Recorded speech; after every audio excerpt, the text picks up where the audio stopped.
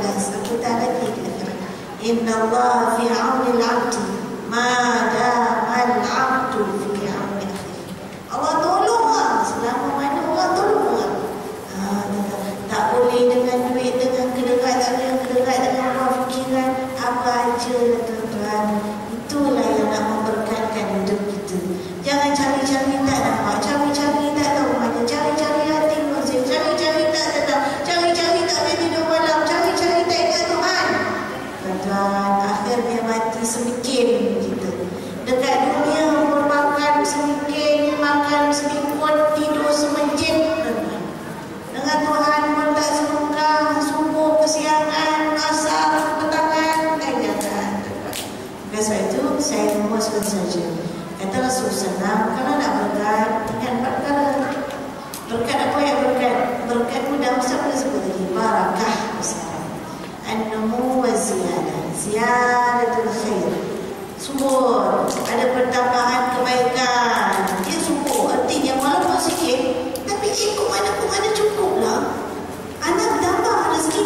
Gaji tak ada naik. Naik RM60, naik RM4. Setahun anak tambah. Setahun 2 tahun, 4 tahun dah tu.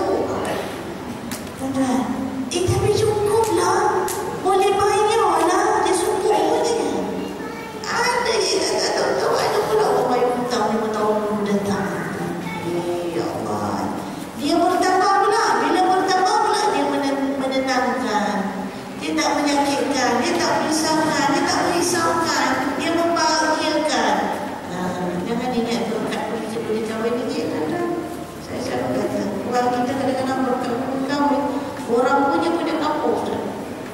Dia duduk makan menghadap tu, dia punya berkat cantik. Kalau dapat duduk makan table, dining table, dinner table, kalau dapat duduk makan menghadap sekali tu tak sama dengan orang lain dapat telur dalam bunga lidi tu.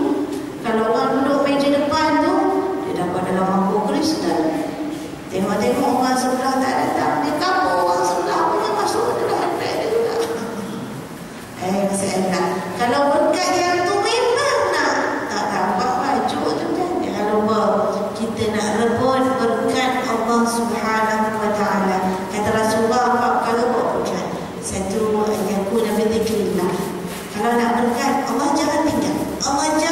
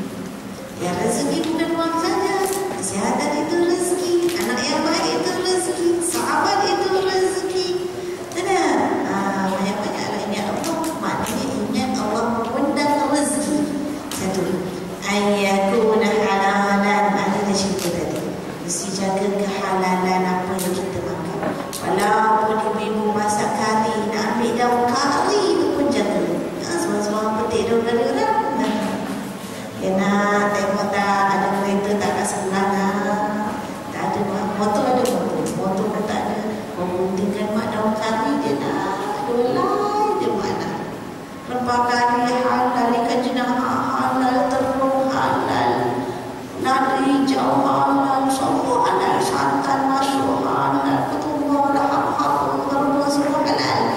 Daun kami yang dalam 7 helai dalam tu haram. Ambil orang punya. Lepas tu kita kata tak apa, nanti aku bagi satu waktu. Nak kompensasikan dengan daun kari yang kita curi dan berisi. Jangan, tuan-tuan. Ya. Yang ketiga, apa tadi? 1 ingat Allah, 2 halal, 3 banyak tangan. Ayakun Nabi Katri Aidin Nas. Inilah kita cakap guna-guna sama tadi. Ya, banyak-banyak kita beri, banyak-banyak kita sedekah, banyak-banyak kita tolong bantu, kita tak makan seorang-seorang. Sebab itu Nabi Ibrahim digelar Khalilullah.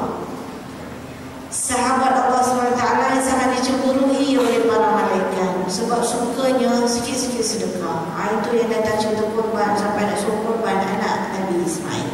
Menurut riwayat Nabi Ibrahim, rumahnya dia buka, bila dia makan dia buka 4 penjuru pintu. Sebab bila dia makan dia nak tengok kalau ada orang lalu, dia nak kongsi, ajak makan sama. Kita boleh rumah kita ada 2 pintu, dia tak dapat nak buka.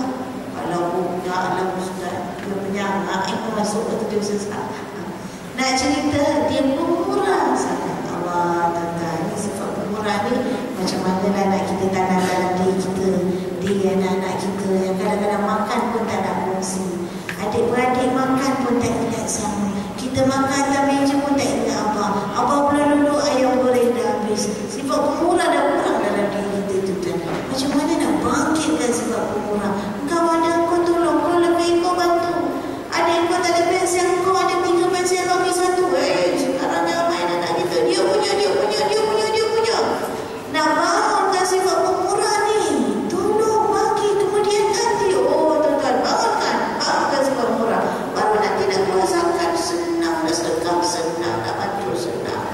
Dan yang akhir sekali, ayyakuna bihamdulillah. Apa-apa kita dapat jangan kita syukur pada Allah SWT. Barang sedikit yang Allah bagi kita reda, banyak yang Allah bagi kita syukur. Kita teruskan usaha kita, mudah-mudahan rezeki kita bertambah. Jangan sesekali kita menyalahkan takdir. Apa nasihat aku ya, susah cengkir macam ni tak ubah-ubah. Apa nasihat aku, menyalahkan takdir, takut rosak kita. Itulah tuan-tuan dan puan-puan sekalian. Mudah-mudahan dengan itu kita berlapang dada, bersyukur yang tinggi atas nikmat kaya yang kita ada. Segala-galanya yang Allah bagi kepada kita itu bukan dilihat pada harta dan semata-mata yang kita kaya, tapi keseluruhan nikmat rezeki yang Allah bagi dalam kehidupan kita ini adalah sesuatu yang membuat kita menjadi insan yang kaya, insyaAllah. Dan mudah-mudahan kita jadi insan masyarakat yang kaya jiwanya dan diberkati oleh Allah SWT. Ya, saya itulah sedikit yang dikongsi pada malam ini. Kalau ada salah silap, minta maaf ya. Aku lakukan hadza wa astaghfirullah li wa lakum wa li sa'iril muslimin wal muslimat wal mu'minin wal mu'minat al ahya'i minkum wal amwat. Assalamualaikum warahmatullahi wabarakatuh.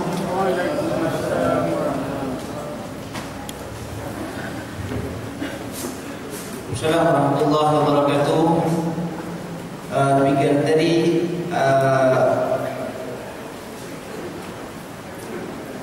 ulasan ataupun kongsian daripada Prof berkait dengan soalan kita yang kedua tadi, bagaimana agaknya rahsia-rahsia atau kaedah-kaedah untuk kita meraih keberkatan dan rahmat daripada Allah Subhanahu Wa Taala. Tuan-tuan hadirin muslimat rahimakumullah, pada akhir ini insya-Allah kita berikan peluang pada pusingan ketiga ini masing-masing kedua-dua ahli panel kita untuk sepatah dua kata untuk yang terakhir kepada kita, insya-Allah. Silakan dulu kepada Ustaz. Jadi terima kasih kepada Ustaz Nawir. Jadi saya nak tutuplah ya kesimpulan yang boleh kita buat pada malam ini dengan kata-kata seorang pakar psikologi kemanusiaan berbahasa Arab mengatakan as-sa'adatu hiya syai'ul wahid alladhi tastati'u an tuqaddimah duna an tamlikah. Kebahagiaan itu ialah sesuatu yang kamu boleh beri tanpa kamu memilikinya, tanpa